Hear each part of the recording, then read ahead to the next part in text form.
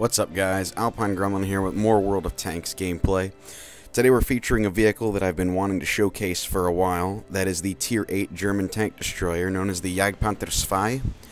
It is the second choice coming from the JagdPanther at Tier 7. You can choose to go either the Ferdinand or the JagdPanther II. Main differences being that the JagdPanther II focuses more on mobility and speed, whereas the Ferdinand focuses more on armor.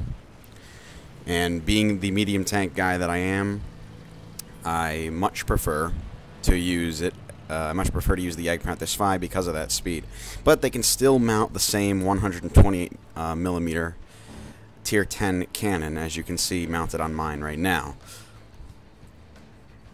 Now, this was an interesting game for me. I wasn't really sure where to go in the beginning. You could see the teams are distributing rather evenly, so I decide eventually to kind of go over here at first. You see, I switch between flanks a couple times during this game, and the JagdPanther II can do that because it's basically a medium tank, and medium tanks are good at doing that whole firefighting thing. In particular, this vehicle is good because you can get that 128 millimeter cannon and the firepower that comes with it to wherever it's needed on the map relatively quickly. So here's a Panzer V M10, and you can see that monster alpha damage taking away 527 HP. He was also angled as well, but it still went through because his armor really isn't thick enough to defeat this gun. The JagdPanther II is unique because it's a very good brawling vehicle, actually. When you get into it's really maneuverable and it's got a lot of mobility. You can see that turn speed. There aren't very many vehicles in the game that can outflank it and get alongside of it just because it turns so quickly. And so it might not have thick armor, but that armor is relatively well angled, and if you angle the vehicle itself right, you can bounce a lot of shells coming from enemy tanks, which makes it a really good brawling machine, even though it's a tank destroyer.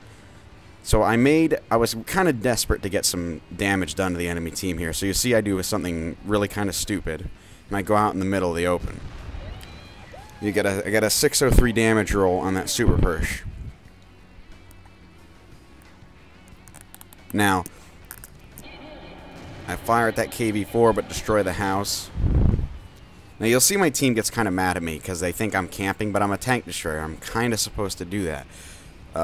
Now, standing still at the minute in the middle of the open, that isn't really something I should be doing, but I wasn't really sure as to how I can contribute in this game because the teams were relatively spaced out. So I decided to get some flank shots into guys going to reinforce their attack on the western flank. And there's a super Persh. I fire, miss. Now that one, I was relatively at a flat angle, so he was able to get through. The lower, again, it's based on a Panther II, and the Panther II does not have that much armor since it's a medium tank. The good thing about this vehicle, though, is if you can hide that lower hull and just expose the top hull area around your gun mantle, that and the gun mantle are incredibly well armored and sloped. And if you can just expose that, they're going to have a hell of a time penetrating your armor.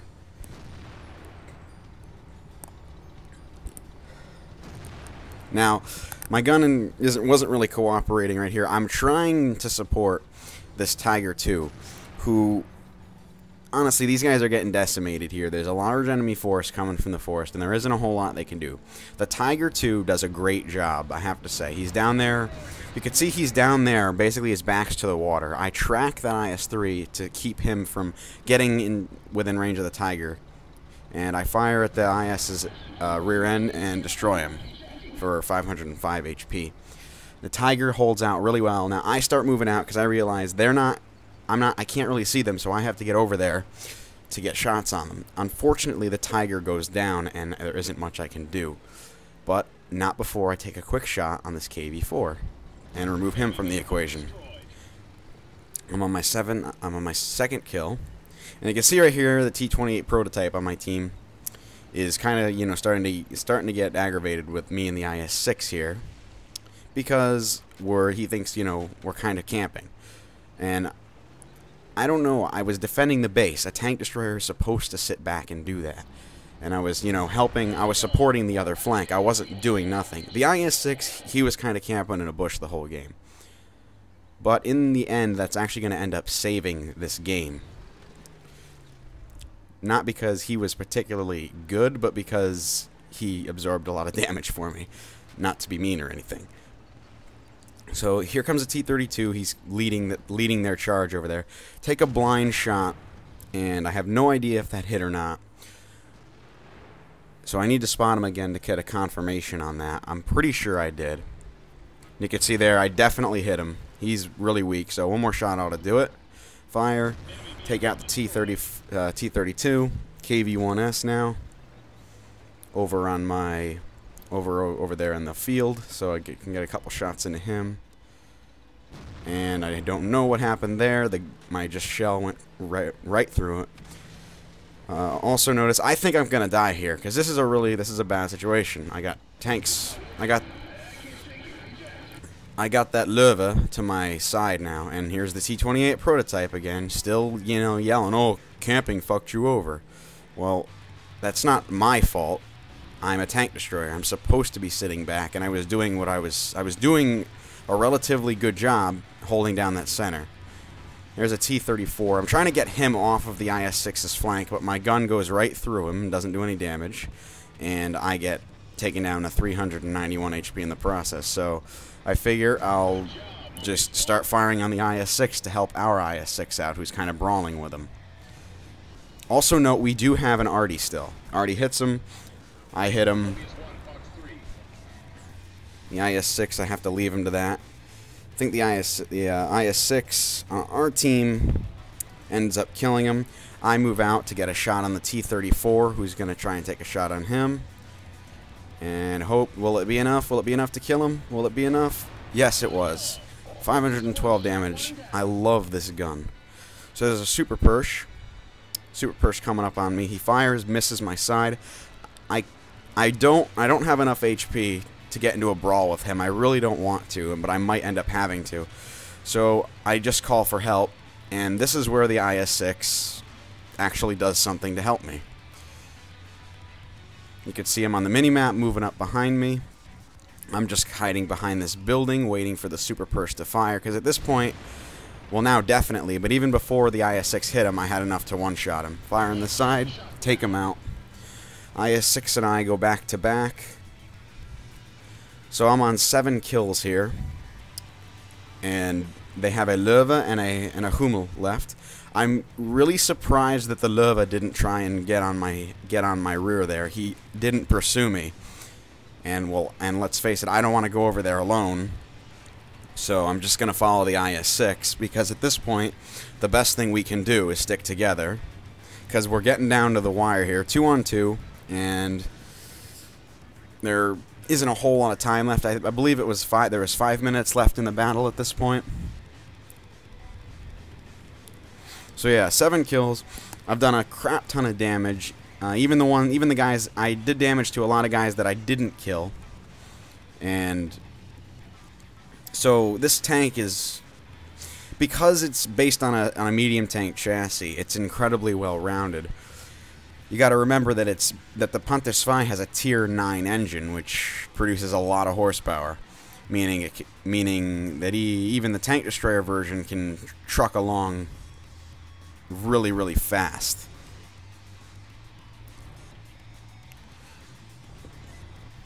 And remember, this tank is a relatively good brawling vehicle too. So, IS-6 hasn't spotted anything. I'm going to start moving up because I don't want to get out of range.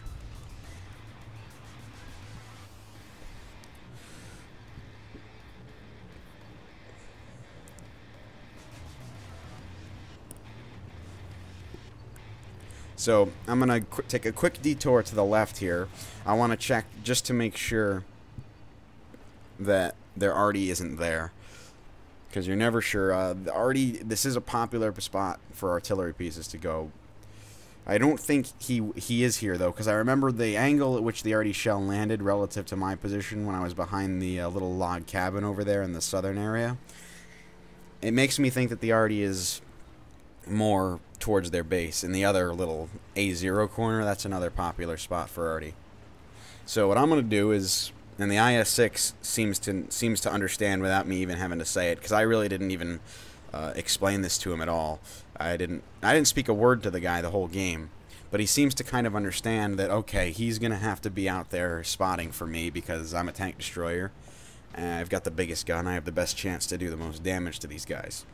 So he's moving out, and he's going to get on the cap here in a second. And you can see pretty soon the Artie is going to come out and try and defend his base. I get into this cluster of bushes here. There's the Hummel. Fire. Boom. Took him out, one hit. So what I'm going to do now is I'm going to get in this cluster of bushes here so that I'm covered on all sides, because there's still an enemy Löwe on the other team. This isn't over yet, and he has the gun to do some serious damage to the both of us. IS-6, he can one-shot, and he can two-shot me, one-shot me if he gets a lucky damage roll, which is what I'm kind of afraid of. So the IS-6 starts the cap, and I'm 99% certain that Löwe, based on where I last saw him, is in that forest. So and we're capping, so he's gonna have to show himself if he wants to try and win this game. There he is, the Löwe, full HP. Not sure what he was doing the whole game, probably camping. So get a hit into him. Unfortunately, he takes out my IS-6, but my IS-6 gets a shot into him. Reload, reload, reload. And he disappears. I fire, take a blind shot. As you can see, it didn't do any damage. So now the Löwe knows where I am. He can't spot me. He hasn't spotted me yet. I get one more shot into his lower glacis. You can see now he's seen me. My sixth sense goes off, and I start wiggling my armor.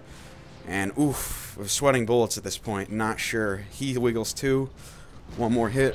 Dead. 9 kills, and we get the victory for that. That was a pretty tense moment. You could see me. I wanted to wiggle. I was wiggling my tank a little bit just to increase the angle at which his gun had to pen. I'm pretty sure if I was at a flat 90-degree angle, his gun would have penetrated all the way through and done full damage. But because I increased the area the shell had to travel in my armor, I was able to negate the full damage. He could have done around 400 to me, and I was pretty low, and so that would have been a one-shot. But anyway, that has been the JagdPanther II. Great brawling tank, good sniper, really fast. One of the most well-rounded German tank destroyers I have seen thus far. And I've almost got my Tier 9 research, the Jagdtiger. So, hopefully, that will be in a future video. But I finally got to showcase this vehicle, finally found a game that was able to show off its strengths. So, anyway, hope you enjoyed this video. I'll see you next time.